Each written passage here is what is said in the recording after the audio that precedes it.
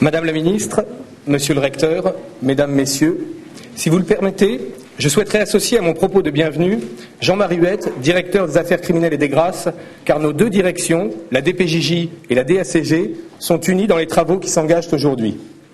Depuis votre arrivée à la chancellerie, Madame la ministre, vous avez engagé des réformes difficiles et structurantes. Conformément aux souhaits du président de la République, vous avez pris à bras-le-corps le difficile sujet de la délinquance des mineurs.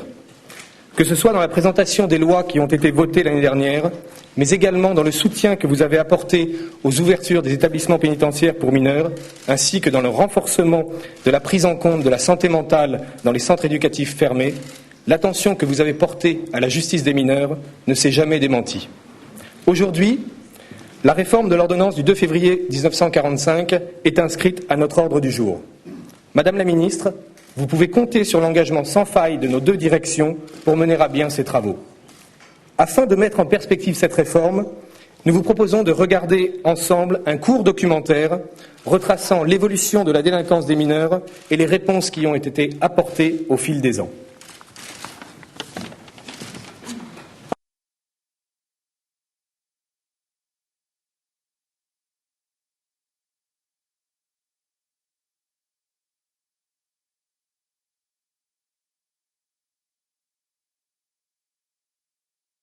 Depuis quelques années, le nombre des enfants condamnés s'est aggravé du fait de l'occupation dans des proportions effarantes. Mais cette porte ne mènera plus à des prisons. Le bagne d'enfants est mort. Comme à Saint-Maurice, dans ce centre qui pourra servir d'exemple aux autres, on ne parle plus de châtiment, mais de rééducation. Saint-Maurice est le résultat des récentes mesures qui ont changé l'orientation du problème de l'enfance délinquante. La France de 1945 est affaiblie par 6 années de guerre et d'occupation. Elle a besoin de sa jeunesse pour reconstruire le pays. Mais cette jeunesse a subi tous les bouleversements de la guerre, elle a grandi sous les bombardements, parfois livrée à elle-même. Les autorités sont préoccupées par la recrudescence de la délinquance juvénile. Cela devient une priorité nationale.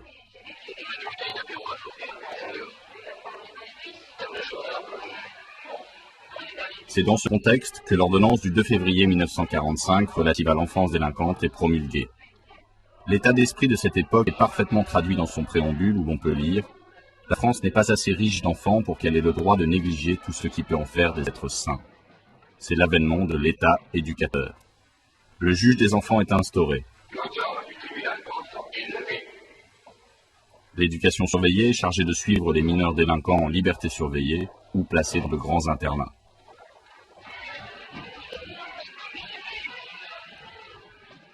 En 1945, la délinquance juvénile concerne 0,6% des mineurs de cette génération. Le nombre de mineurs jugés quadruple entre 1955 et 1965 pour atteindre quelques 55 000 mineurs.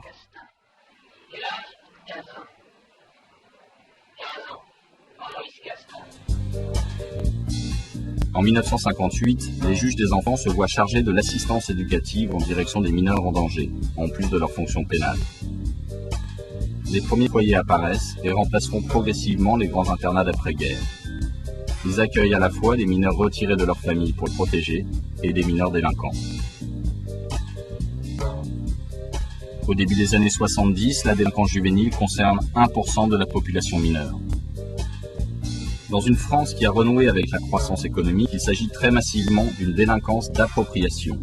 Alors que 2% seulement des mis en cause sont impliqués dans des affaires économiques et financières, 7% le sont pour des violences, 21% pour des affaires de stupéfiants et de destruction de biens, 70% sont impliqués dans des affaires de vol. Alors que la délinquance des mineurs augmente, le nombre des condamnations stagne. L'époque n'est pas à la sévérité. En 1974, la majorité civile est abaissée à 18 ans. Dès lors, l'âge à partir duquel on dispose de ses droits civiques coïncide avec l'âge à partir duquel on n'est plus jugé comme un mineur. Amour et confiance, je n'ai obtenu que coups et indifférence. Vous vouliez me mater, m'écraser, mais je suis heureux de vous avoir échappé. La France connaît un ralentissement durable de son économie et une hausse du chômage. On constate que le trafic et la consommation de stupéfiants se développent. La délinquance des jeunes devient plus violente. 60% des mineurs les plus durs qui ont été placés dans le centre d'observation sont incarcérés dans les 2 ans qui suivent. Allez, go. Oui, mais je me lève, mais... La peine de travail d'intérêt général apparaît en 1983. Elle cherche à conjuguer sanction et insertion.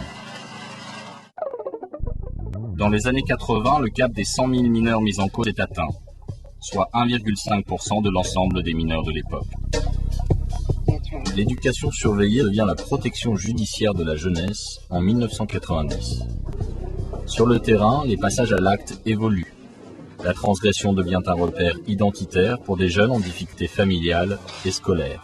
On parle désormais d'une délinquance initiatique. La délinquance procède alors d'une démarche conformiste. La voie légale de l'insertion par les études et le travail est dévalorisée ou paraît inaccessible. Des affrontements entre bandes sur certains territoires font leur apparition. Une série d'émeutes a lieu en région parisienne et lyonnaise en 1990 et 1991.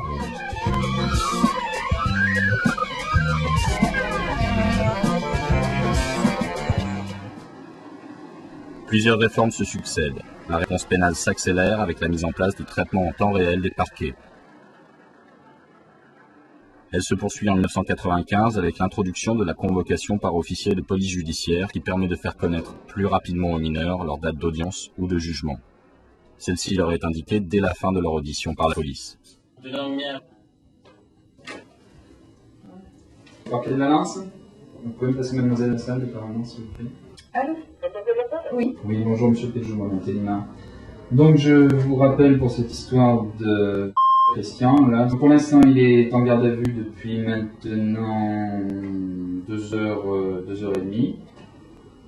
J'ai requis un médecin pour le faire visiter. Parce qu'il m'apparaît un petit peu nerveux quand même. En 1996, la comparution à délai rapproché devant le juge des enfants est introduite dans le même esprit. Parallèlement, les mesures applicables aux mineurs délinquants se développent et se diversifient. Et aujourd'hui, moi, par cette mesure de réparation, je voudrais vous donner l'occasion de réparer aussi au niveau de la loi et que définitivement on puisse tourner la page. La réparation pénale est créée en 1993. Elle conduit le mineur à réaliser une action positive, concrète envers sa victime ou la collectivité sous le contrôle d'un service éducatif. En 1994, la retenue, l'équivalent de la garde à vue pour les mineurs les plus jeunes, fait son apparition. Elle s'applique aux mineurs âgés de 10 à 13 ans. Au milieu des années 90, la délinquance juvénile touche 2,8% de la population mineure de l'époque. La population de mineurs délinquants a augmenté de plus de 360% en moins de 50 ans. Ainsi, en 1997, 2% d'entre eux sont mis en cause pour des infractions économiques et financières, 14% pour des violences dont le nombre double, 26% pour des affaires de stupéfiants et de destruction de biens, 58% pour des vols qui reculent. Vous avez bénéficié de quasiment toutes les mesures éducatives qu'un juge des enfants peut prononcer. La même année, un peu plus de 30 000 mineurs sont condamnés. À l'exception des crimes, le nombre des condamnations diminue avec le développement des réponses pénales alternatives. La délinquance initiatique devient une délinquance de masse, territorialisée. Comment tu veux qu'elle s'applique la loi quand tu vis dans un truc comme ça? De nouvelles structures apparaissent pour assurer une prise en charge des mineurs poursuivis la plus adaptée possible, suivant leurs antécédents, leur personnalité, la nature des faits commis et le type d'encadrement requis. En 1996, c'est la naissance des unités éducatives à encadrement renforcé, futurs centres éducatifs renforcés. Ces structures s'adressent à des mineurs ancrés dans un parcours de délinquance. Ils permettent des séjours de rupture d'environ 3 mois, assortis d'un programme intensif d'activités. En 1999 sont créés les centres de placement immédiat pour répondre aux besoins de prise en charge rapide de certains mineurs par les services de la protection judiciaire de la jeunesse. Ils permettent d'éloigner très rapidement un mineur de son lieu de vie habituel pour travailler avec lui à son orientation éducative.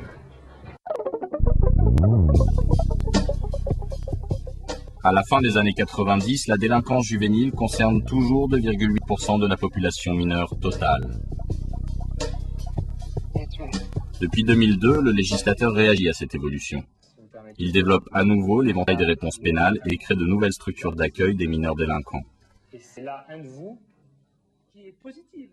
C'est ainsi que sont introduits les sanctions éducatives, les stages de citoyenneté, la mesure d'activité de jour, les établissements pénitentiaires pour mineurs,